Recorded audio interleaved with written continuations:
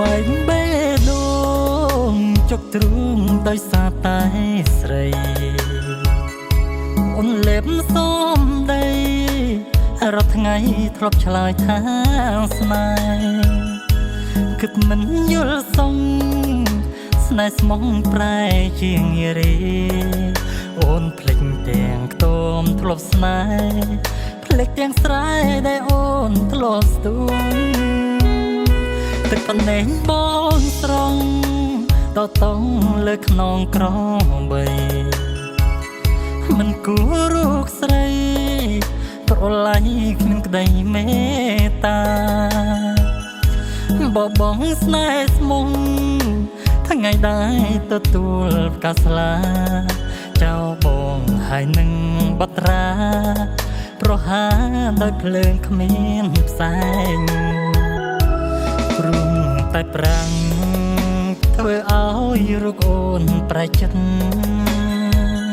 ភ្នែកបងងងឹតព្រោះអូនក្បត់នៅនឹងមុខតើកម្មពេលវ័យរកខ្ញុំស្គាល់ត្រឹមក្តីទុកមានស្រីតែគ្មានចម្រុកមានតែមុខតែគ្មានដំឡៃស្ដាប់សំដីអូនចុកទ្រូងបេះដូងស្ទើរធ្លាពីអូនមើងងាយពេលជ្រាថាបងក្រក្រៃហេតុអ្វីពេលមុនមានស្ងួនព្រមស្មាំងមេត្រីពេលនឹងត្រឡាំងសំដីដោយកាកៃក្នុងរឿង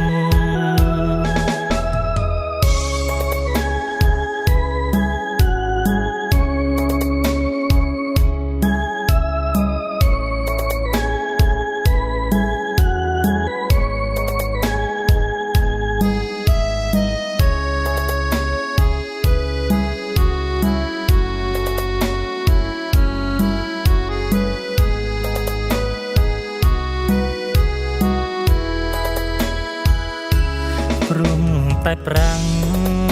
ធ្វើឲ្យរូបអូនប្រែចិត្តភ្នែកបងង